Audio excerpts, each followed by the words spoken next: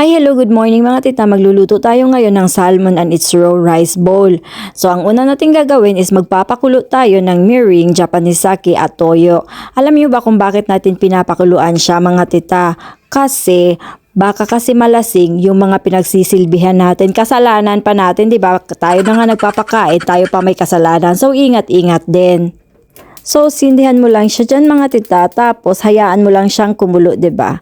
So, next is kailangan natin ng salmon mga tita. By the way pala, ang ginagawa ko ngayon is grilled salmon mga tita po. Pero, pwede namang gumamit ka ng raw salmon. Magkaiba yung isda na ginagamit doon mga tita. Ito kasi matinikin. Oo. Kaya kung gusto mo ng raw salmon mga tita, meron talagang benta doon sa mga palengke. Yung pang sashimi talaga siya. So, kumulo na yung toyo natin. Set aside natin siya at palalamigin natin kasi ilalagay natin sa kanin yan mga tita. Tapos, ito mga kailangan natin mga tita. Japanese mint. Tapos, kailangan mo din ng salmon raw. Oo, nagtitipid kasi ako ngayon kasi medyo mahal ngayon ang salmon raw mga tita, 'di ba? Kaya onti lang yung ilalagay ko. So, tatlo na kaming kakain nito. Ganon. Tapos, kailangan din natin ng grated ginger mga tita at nori. Ganon. Tapos, kailangan din natin ng vinegar at ng yung toyo natin kanina, 'di ba? Yung vinegar mga tita is imimix mo yun sa kanin mo.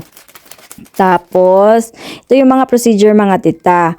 Yung cut nori pala, meron ng mga pre-cut dito mga tita. Kaso, mas prefer ko ito mga tita.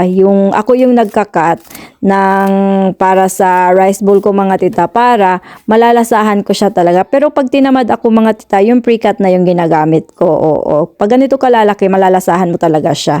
Tapos, kakat natin yung Japanese mint natin mga tita o leaf. Pwede mo siyang liitan mga tita. Tapos, pagkatapos mong ikat yan, malilit na cut, ibababad mo lang sa tubig yun para ma-maintain ang freshness niya. Tapos ito na yung grilled salmon natin mga tita. Babalik na rin natin siya kasi syempre alangan naman yung kabila lang yung isusugba natin, 'di ba? So ganun. Pagkatapos mong sinugba na siya mga tita, pag alam mong luto na siya, kunin mo lang yan siya dyan mga tita at hihimayin mo yan. Oo, tatanggalan mo ng mga buto-buto. Ito lang yung medyo hassle sa recipe na to mga tita kasi kailangan mo siyang tanggalin ng mga buto-buto kasi yung mumurahing salmon kasi ang binili ko. Mura lang yan dito mga tita. Merong mga mamahaling salmon mga tita pero nagtitipid tayo, 'di ba? Kaya nga yung ano natin, kaya mura lang yung biniling salmon natin mga tita. So, tiis-tiis na muna kasi wala pa tayong pera, ganon. So, sa paghihimay mga tita, dapat maging take good care ka kasi nga baka may matitirang mga bukog-bukog, 'di ba? Buto-buto. So, mahirap na. So, ito yung vinegar natin mga tita. Vinegar yung nilagay ko ha. Nilagyan ko ng vinegar yung kanin ko tapos palalamigin ko lang yan siya dyan mga tita. Set aside natin yung kanin natin tapos ito na naman yung gagawin ko. Yung binoil mo na toyo, sake at yung mirin mo mga tita. Syempre, pag alam mong hindi mo mauubos yan, gumamit ka ng ibang lagayan. Tapos, ihati mo siya para hindi masayang yung iba, 'di ba? Lagyan mo siya ng sesame oil at yung grated ginger mo mga tita, tapos i-mix mo lang yan siya. Yan yung pang-mix mo sa kanin mo para magkalasa na yung kanin mo mga tita. Sobrang sarap ng mix-mix na yan. At ayusin mo din yung pag-mix mo mga tita para hindi siya maglalamp, 'di ba? Para hindi magbubuo doon sa kanin mo para masarap talaga siya.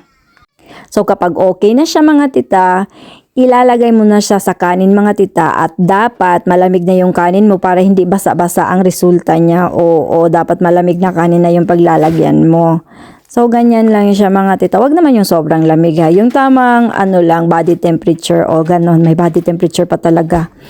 So, 'di ba? Yung tamang amount lang yung kinuha natin dun sa pinakuluan natin. Tapos yun lang yung nilagay ko. Tapos lalagay mo na lang yan siya dyan sa bowl mo mga tita at de-designan mo na yan siya.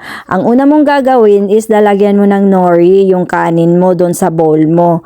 Tapos, dapat as what I've said mga tita, magpe-prepare ka na lang din ng pagkain, sarapan mo na at gandahan mo na yung presentation, 'di ba? So, pagkatapos nating lagyan ng nori, nilalagay na natin yung natin mga tita, sinugbang salmon, grilled salmon natin. Tapos option lang din naman tong sesame seed na to mga tita. Pwede mong lagyan, pwede ding hindi. Pero ako nilalagyan ko para Pang design na rin, 'di ba? At masarap din siya, may crunchy ba? Tapos ilagay natin yung Japanese mint natin, mga tita. Masarap 'yan pag dinadamihan, mga tita. Kaso yung ibang kapamilya ko ayaw niyan. Kumakain naman sila pero wag daw masyado damihan, 'di ba? So, ikaw mga tita, kung madami ka namang budget, marami kang pambili ng salmon roe, damihan mo muna mga tita kasi mas masarap siya talaga. So, ngayon kasi dito, ang mahal ng salmon roe, kaya unti lang yung nilagay ko. O, ganyan na dapat siya mga tita. Yan na yung final moment niya. So, sa may mga kapamilya na ayaw kumakain ng mga raw materials, pwede mong tanggalin yung salmon roe niya. Yung grilled salmon lang ilalagay mo, pwede na din yan siya mga tita. So, sana may natutunan kayo sa video ko at sana magawa nyo din ito sa mga bahay nyo. Thank you for watching my video mga tita. Bye!